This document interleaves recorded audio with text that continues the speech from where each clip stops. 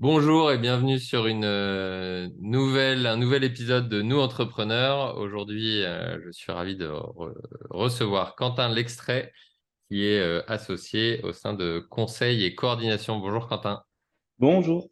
Donc effectivement, moi, je suis Quentin L'extrait, donc le co-gérant de la société Conseil et Coordination, qui est Conseil et Coordination, c'est un cabinet d'économie de la construction et de maîtrise d'œuvre, c'est-à-dire qu'on accompagne, pour faire simple, tous nos clients qui ont des projets de construction, rénovation, réhabilitation, de la phase étude à la réception du chantier, remise des clés. Bah, super. Est-ce que tu peux avant qu'on revienne sur à qui vous vous adressez, ce que vous faites, etc., est-ce que tu peux nous parler de toi et notamment quel est ton parcours entrepreneurial, comment tu es arrivé chez Conseil et Coordination, voilà. Qu'est-ce qui t'a amené là? Très bien. Moi, j'ai 24 ans.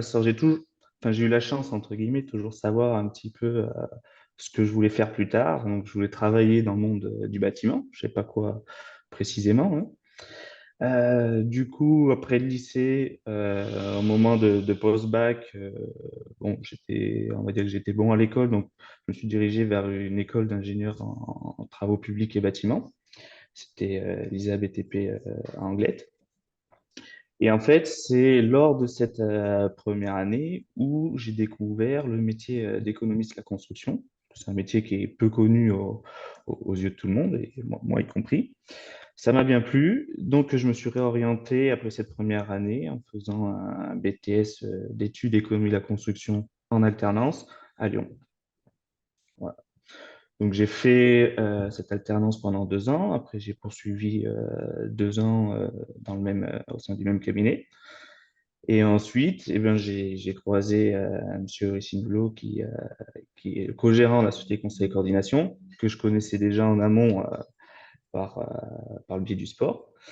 Et donc, qui m'a proposé cette opportunité d'intégrer Conseil et Coordination en tant que salarié, parce qu'il avait une charge de travail, donc il recherchait du monde à embaucher.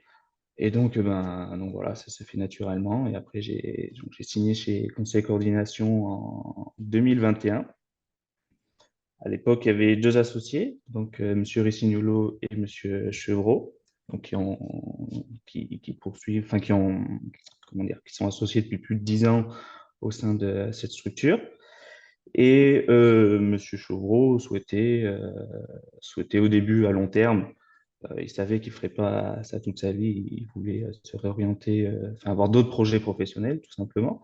Donc ça, ils étaient d'accord avec sur Sino depuis un moment.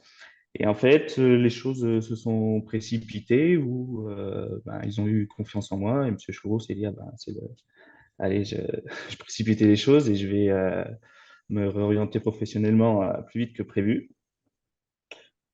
Donc ça, c'était, on va dire, il y a à peu près un an. Donc pendant un an, on a fait une passation sur vraiment comprendre la globalité de l'entreprise, son fonctionnement administratif, etc.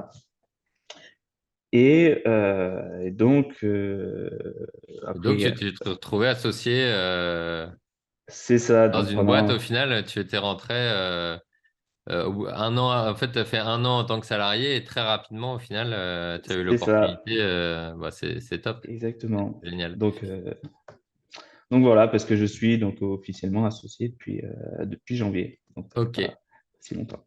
top. Eh ben, c'est génial, c'est intéressant comme parcours. On n'avait pas encore forcément eu sur la série là, cette façon d'accéder à l'entrepreneuriat et à la direction d'une boîte. Donc c'est hyper intéressant. Et alors vous proposez quoi chez Conseil et Coordination? Vous vous adressez à qui?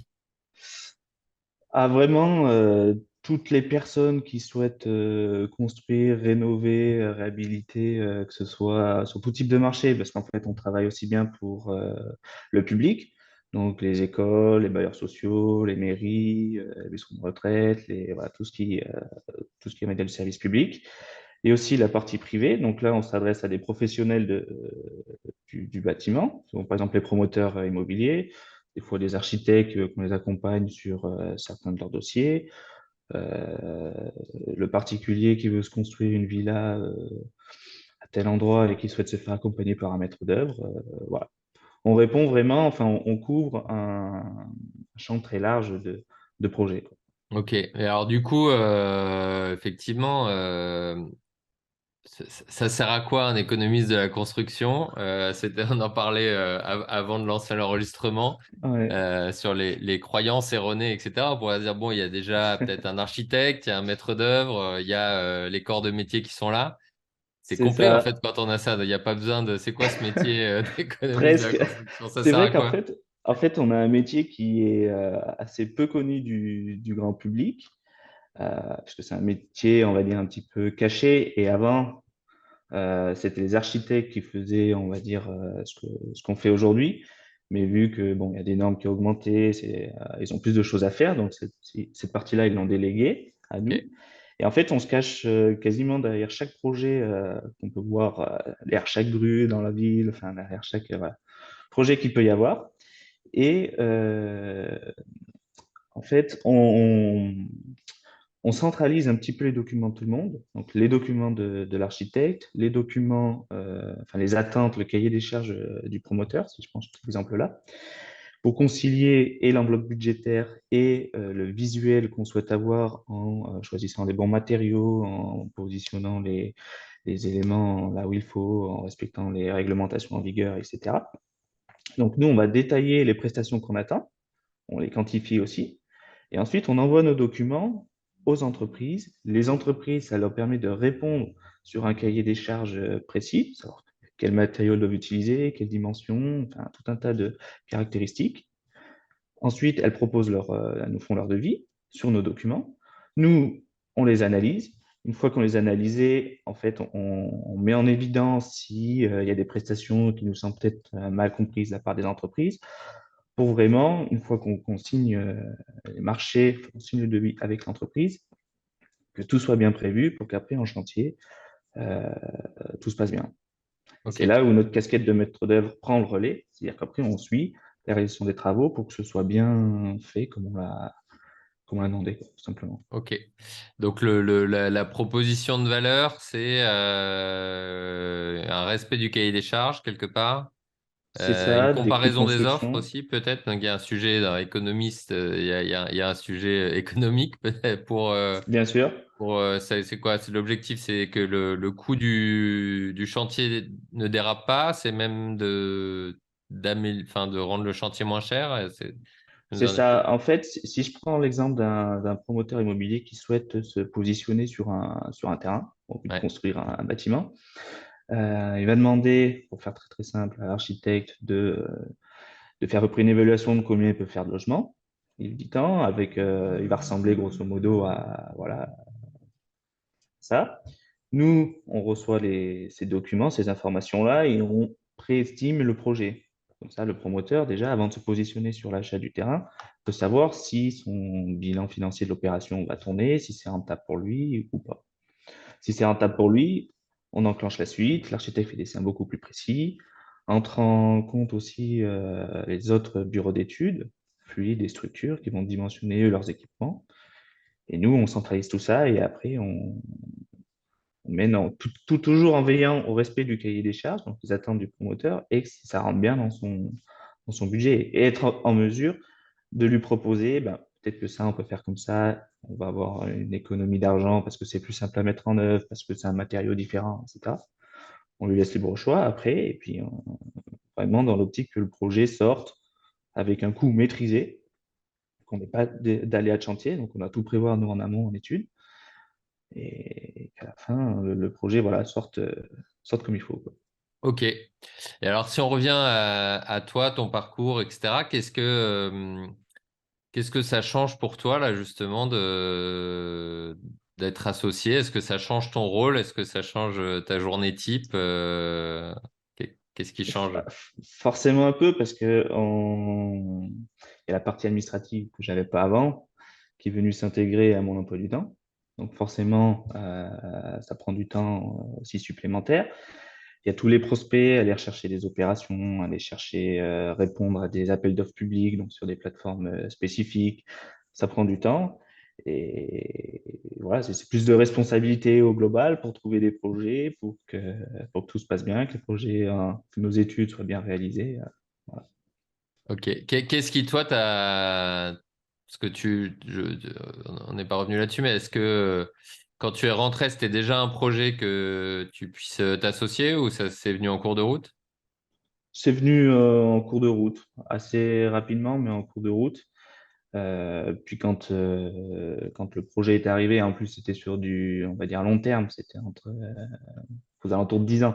Donc ça Ouais. s'est vraiment précipité après d'un seul coup. Moi, au fond de moi, enfin, j'ai toujours su qu'un jour j'avais envie et je serais à mon compte. Puis en fait, quand cette opportunité s'est présentée là, ben, j'ai foncé, j'ai exploré cette piste et puis donc je me suis associé aujourd'hui, voilà, tout Ok. simplement. Et ça t'a pris combien de temps à te décider alors? Oh, bah, c'était rapide, hein. Rapide, c'est dans la minute ou rapide dans la journée ou dans la semaine ou dans le mois Ouais, bah, rapide. Quand ça s'est présenté, j'ai, on va dire, dit quasiment oui tout de suite. Après, un jour pour réfléchir vraiment, à peser les pour et les contre. Et puis après, voilà, ça s'est affiné en fonction de quand j'avais plus de connaissances sur l'historique de la boîte, sur ces éléments-là, quoi. Mais Ok. non, j'ai pas hésité longtemps. Ça marche. Et alors, tu disais que c'était au final un métier qui est alors assez peu connu, assez récent aussi du coup, parce qu'avant c'était les architectes qui exerçaient ce métier-là au sein de leur fonction, on va dire. Ouais, je sais pas depuis quand exactement ça s'est vraiment dissocié, mais comme ça, par hasard, je dirais ouais, une trentaine d'années, je pense. Donc, Ouais. on va dire relativement récent par rapport au métier de la construction. Ouais.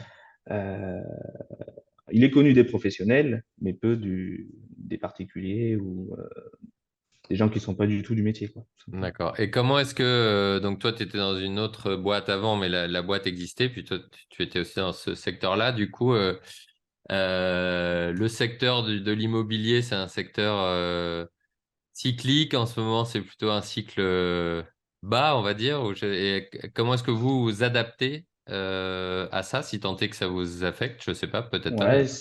si, forcément, parce que ben, tout le monde est au courant que le coût de construction a augmenté, le coût de la vie a augmenté, les promoteurs ont plus de difficultés à sortir des programmes, que ce soit des difficultés vis-à-vis des administrations, des mairies pour valider des permis de construire ou pour la vente de leurs biens, pour voilà, tout un tas de sujets, des financements.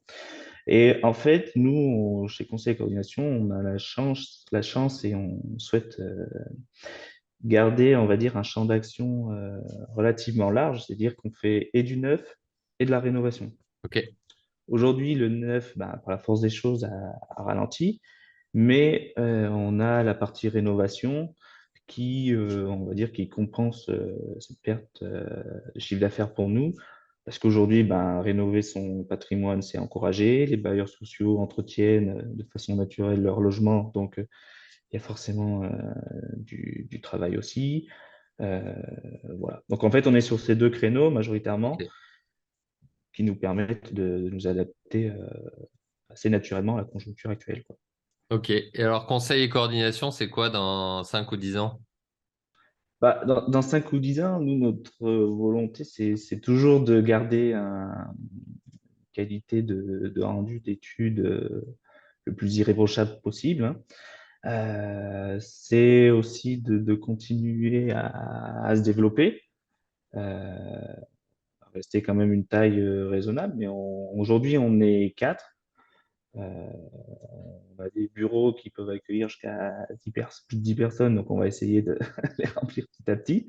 Mais voilà, tout en gardant, on va dire, une croissance naturelle et maîtrisée, voilà, pour que vraiment on garde la qualité, c'est ce qui fait notre réputation et ce pourquoi on nous appelle. Donc ça, on dérogera pas là-dessus et continuer, voilà, à chercher des projets peut-être un peu plus gros, un peu plus diversifiés. Voilà, on a plein de Ok. pistes à explorer. Alors, comment, justement, sur ces pistes à explorer, comment est-ce que nos auditeurs, qui sont donc principalement d'autres entrepreneurs du Rhône, peuvent agir, t'aider Bah, vraiment, si vous connaissez ou si vous avez besoin, voilà, d'être accompagné dans différents projets, neuf ou rénovation, faut pas hésiter à faire appel à nous. On est capable de vous accompagner en amont du dossier pour vous aider à faire les bons choix. Et ensuite, après, maîtriser votre projet jusqu'à la fin, quoi.